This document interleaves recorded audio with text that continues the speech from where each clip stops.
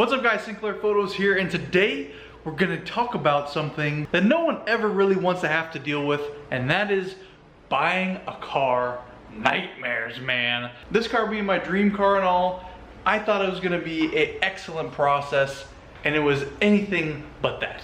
So let's hop in it, let's go drive around, run a couple errands, and I'll bring you up to speed with the whole process. But first, we gotta play some musical cars with the FRS. The joys of having two cars in a very small parking lot, garage, driveway area.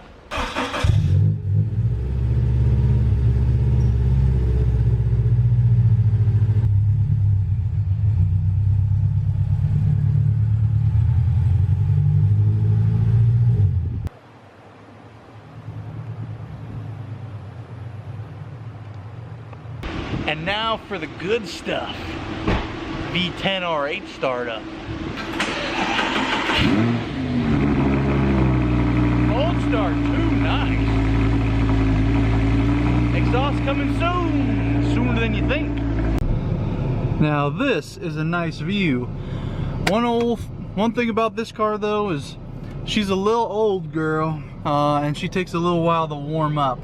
So that gauge right there takes forever, and that is the go fast gauge basically. So we're popping in reverse.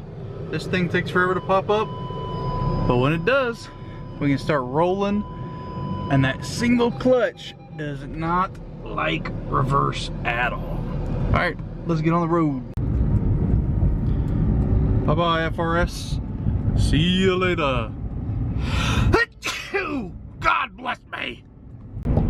All right, let's talk about the dealership experience from buying my absolute dream car since I was a baby boy, little baby Sinclair.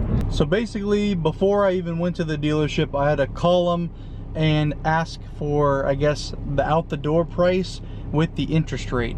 I let them run my credit and all that stuff, so I showed them I was serious, and they hit me with a 16% interest rate on my first go. And I was like, I thought 4% on the Supra was bad, but you're telling me 16?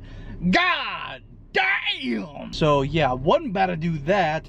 So I've never done this before, but I had a friend help me out, and he was just yelling at them basically and being like, that's totally crazy with the amount down I'm putting down, all this stuff. There's no way that you can't do better than a 16%. And basically they're like, oh yeah, I don't know, that's really best. Oh wait, we can find out. Oh wow, we can do 14. Oh wow, is that okay? No. Oh, how about an 11? I'd rather not.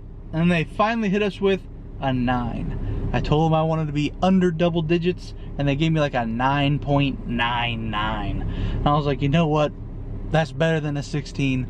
I'll take it. So we locked that in, and then came the day to show up to the dealership.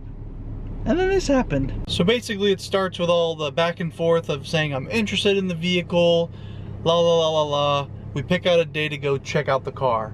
It just so happens to be on a Saturday, and I tell the lady that I'm working with, hey, this is when I'm coming up. I just want to see the car, maybe do a test drive, see if anything's wrong with it, and just make sure it's the right car for me. So I go up there at the time I say, boom, get there. I can't find the lady for who knows how long. And then when I do, they're like, oh yeah, the car's in the back. I gotta go get it. So okay, they go get it, they pull it up front, I check it out, and then she's like, I'll be right back. When I tell you that we sat there for an hour and a half waiting for the sales lady to come back, I haven't even gone on the test drive yet. We were just sitting there like, did she go home or what? Like, I'm so confused, just sitting at the dealership not knowing where this lady is. So eventually she shows back up, we go for a test drive, car runs great, minus the AC, which we already went over, and they said that they would take care of that. So I was like, okay, awesome, the test drive's good, just wanted to get a value for my trade as well, because we brought the GTI up there. And I was like, okay, where is it? They pulled it around, did their thing, and then I'm sitting there waiting again, I kid you not, for 2 hours waiting for them to tell me the price of my trade-in. While I'm watching the lady, looks like she was flirting with the guys behind the counter, with the sales managers and whatnot, like not caring at all about what's going down or my time, which was kind of frustrating, but I was like, whatever. We left, I got the numbers that I wanted, and they basically were like, yeah, you gotta bring a deposit and sign all the paperwork before we send the car off to get the AC fixed, which I thought was a little bit strange. But then again, it's like, I guess they wouldn't want to fix it and then not have someone buy it. But if they're gonna have, if they want to sell it, they're gonna have to fix it down the line anyway. I don't know, but whatever. I was like, okay. The next day, I show up, I bring the money, I bring the title to the GTI, and I sit down. My lady isn't even there. Like the lady that I've been working with for the past, I don't know, week of talking back and forth, she didn't even show up on the day that I wanted to come pick up the car. She passed me off to somebody else. He was kind of cool, but didn't really know what he was talking about at all. And that was one other thing I noticed. They were throwing these numbers out at me, I guess to like intimidate me, as if I didn't know what this car was or how much the AC replacement is or all this stuff. They were telling me it was like $14,000, $15,000, and oh, if you don't get it now, you're gonna have to pay $14,000 down the line, like if this ever breaks again, which I knew was total BS. And I do have one nice thing to say. The only person that knew anything about anything at that dealership was the general service advisor. I don't know your name, bro, but he worked at an Audi dealership in the past. That dude knew what he was talking about. That's the only person that kept me updated throughout this process. And yeah, that guy needs a raise. Everyone else needs to find another career path, because selling cars ain't for them. But I show up on the day to pick up the car, or before I sign the paperwork, the finance manager comes out and goes, "Who told you we got you approved at," I'll just tell you guys, "a 9% interest rate? Who told you that? Because I didn't check off on that, and I'm very disappointed in whoever told you that we could do that for you, because that's gonna take a hit. We're gonna have to personally take a hit on that, and that's totally crazy that anyone would ever do that." I'm like, that's the whole reason I'm here, bro. Like, we were talking on the phone. The payment's where I wanted it to be, but the interest rate was not where I wanted it to be, so you guys got it there, and now I'm here. And he's like, "Oh, well, no, we can't do that, but your payment's only gonna go up like 20-30 bucks, so just sign the paperwork," was whatever. I was like, I'm already here, 20-30 bucks a month ain't killing nobody. So I was like, all right, fine. So I signed the paperwork, they start the process, I guess. I'm sitting there for 2 more hours, not knowing what the hell's going on, and then they finally bring me back into the finance office. And this is where it really made me mad. They're trying to sell me all these BS extra packages. I'm like, no, bro, I don't want it. I don't want it. I don't want it. They're like, well, what if it's only this much? What if it's only this much? What if it's only this much? I'm like, no, no, no, no, no. The first guy exhausted all of his options, apparently, so then he had to bring in the big guns, the guy from earlier that told me that my interest rate was no good. Now, mind you, they brought me from a 9% interest rate, which is bananas, but I'm only saying that because the time we're in, and this is a 2012, so I couldn't get, nobody wanted to touch this car. I was happy that I got it under double digits, and then he brought me back up to 11.75. So I was like, you know what, whatever, I'm just gonna roll with it. I'm gonna pay this car off before it's done anyway, whatever. But he's making a big old deal that he got me to the 9%. And in the finance office, same guy comes in, says, hey, if you buy the windshield protection package and the tire and wheel protection package, I can have you at $1 less than your monthly payment would have been, and I'll bump you down to that 9%. And I was like, what are you talking about? That doesn't make any sense to me. If any car dealership people are watching, tell me if that makes any sense.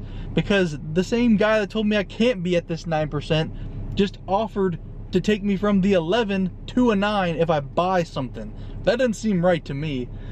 But I mean, I had a conversation with an outside source. Apparently you can cancel these packages. So I said, screw it, I want that 9%.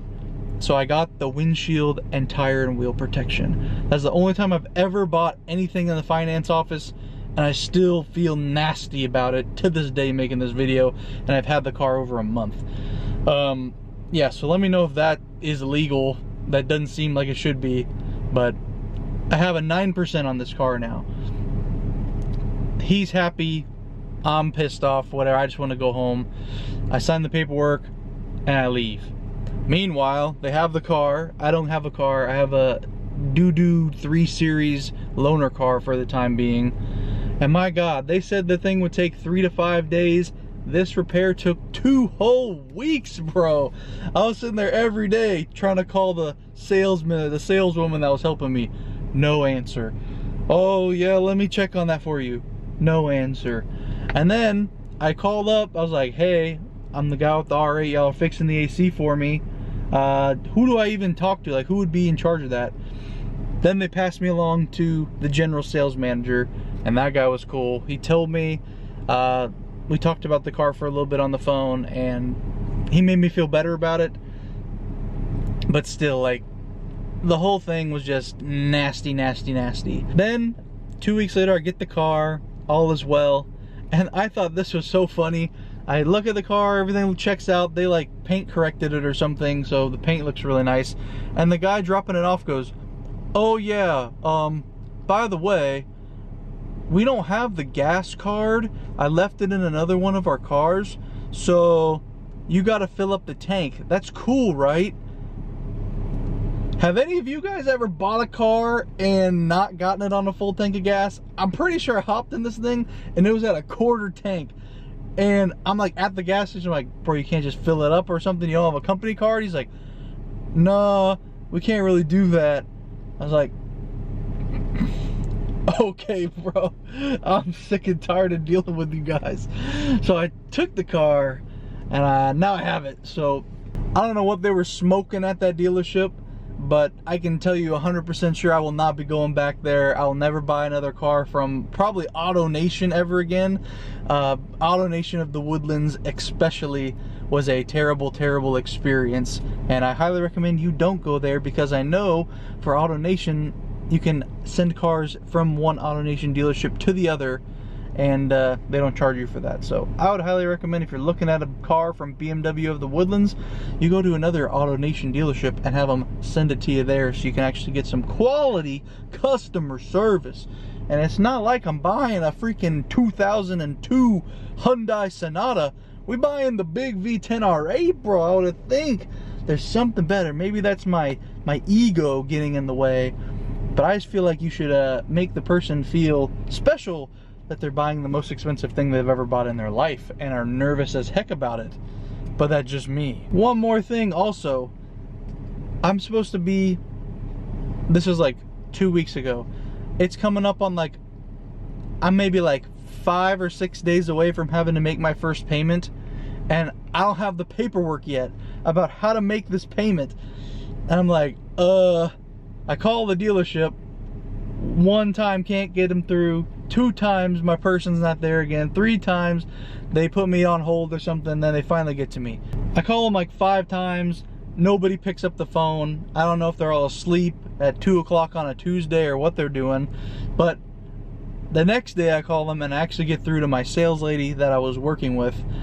Surprised she actually showed up, and I'm like, hey, I'm supposed to make my first payment here in like 3 days, 4 days, and I haven't got anything in the mail yet.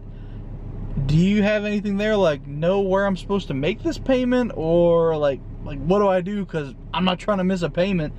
And the lady's like, yeah, I'm not really sure. They should send you something in the next 2 to 3 weeks, and you should be able to log in and make your payment then. 2 to 3 weeks, bro. I got 2 to 3 days, my guy. What is going on? And so I was like, okay, you guys are useless. Bye. And I hung up. the next day, 2 days later, it shows up in the mail, literally like down to the wire for me making my payment. And thankfully it all worked out. Now I'm just waiting on the plates. So sadly, I'm gonna have to go back up there one more time and deal with these people and try to cancel that bullshit package that they kind of forced me into buying. But that's really my rant for now. If I forgot anything, I'll probably put it in the beginning of this video, but my God. Hopefully you guys don't have to deal with any BS whenever you're buying a car. I hope it all goes smoothly for y'all, because no one should have to go through that, especially when they're spending so much money. And hope you guys enjoyed the rant, the nightmare of buying my supercar that I've wanted forever. Kind of had a bad taste in my mouth now with it, but you know, it is what it is. Let's go inside and buy my frog some food, and I'll see you in the next video.